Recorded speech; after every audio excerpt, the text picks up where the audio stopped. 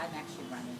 I think in this really difficult budget time, and with the recent loss of the RDA, which we're not quite sure yet what that means, but we know that it means that we're going to have a lot more gap in the budget.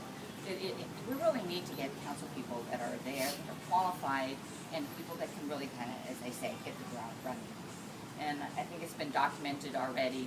I've got over 30 years of local government experience. I head a department, the Community Development Department, which is really focused on economic development, job training, and then community revitalization. That department had a budget, annual budget, of $300 million. And also at the port, at the Department of Water and Power, and at Environmental Affairs. And so, as a colleague once told me, he says, no, Lillian doesn't have to talk about the issues.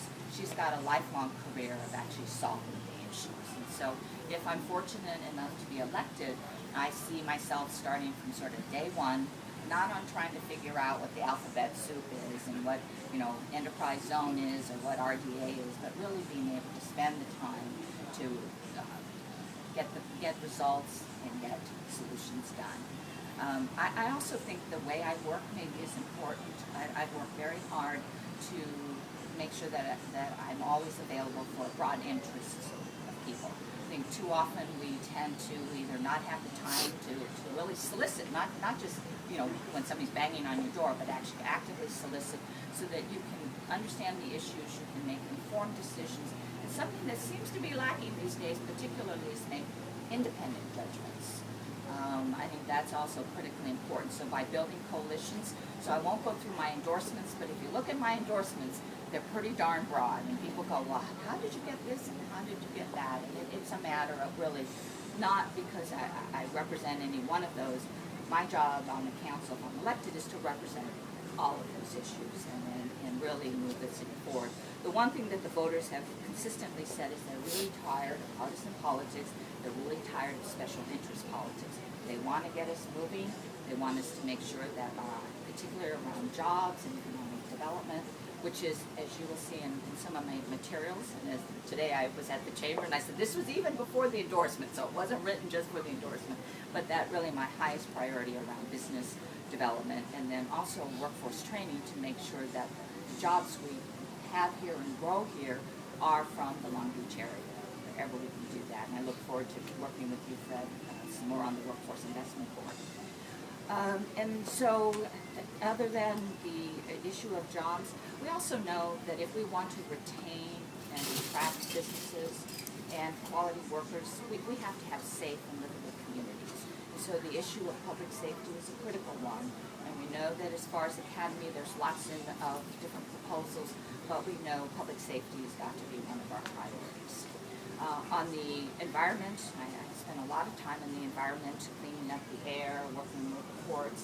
And this is an area where I also think I'm kind of an interesting combination of, I have a really strong expertise in economic development, but strong expertise in environmental.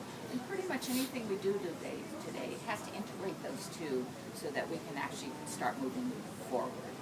And then lastly, when we look at, and I also believe that we should be the leader, not a leader, but the leader here in Long Beach around green technology and green jobs. Done great work on some of the green drayage. The ports have done really good work, and this is an area where it can really help us, get a kickstart. And I guess, Randy, there's a chamber initiative around green we have a Green Business Council. And I look forward to working with that. And then lastly, the only thing I would mention is on the budget deficit. The council person that gets elected here will literally get parachuted into the middle of the budget process. So that's something that I've done for many, many years. But my focus is not only to try to fix the budget deficit, but we've got to get to the issue of the revenue side. We've really got to grow revenues. And that the easiest and the best way, maybe not the easiest, but one of the best ways is really around making sure that our businesses prosper. And with that comes our sales tax, our property tax, all the indirect kind of things, and we put people back to work. So I am very appreciative for all of your support. I will tell you that this is not going to be an easy campaign. I think it's not only about the individual seat in the 8th District. I think in many ways, someone said it's a pivotal time for maybe the whole direction that the city goes and the kind kind of composition, and we're also seeing this on the school board as well. So there are 3 candidates in the running. One has said he will not run a campaign, and every indication is he will not. That's Gustavo Rivera. He pulled papers the last day. But Al Austin, is a formidable candidate. He's already run in the 6th district, so he knows how to run campaigns. He actually kind of ran 1.5 times in the 6th district. He's been a long labor person, and so he's got almost all the union support. They put boots on the ground, and even though I outraised him in the reporting period ending December 4-1, I hear people say, oh, well, maybe you got it in the bag. We know, though, that what labor can do is they mobilize for independent expenditures, and you don't see them coming. And these can be very large dollars. So I appreciate all that you've done to help me get my message out there. I'm doing the walking, knocking, talking, and listening, but there's also another component that says I have to be financed. And it's not a fun part, that's the necessary part of what we do.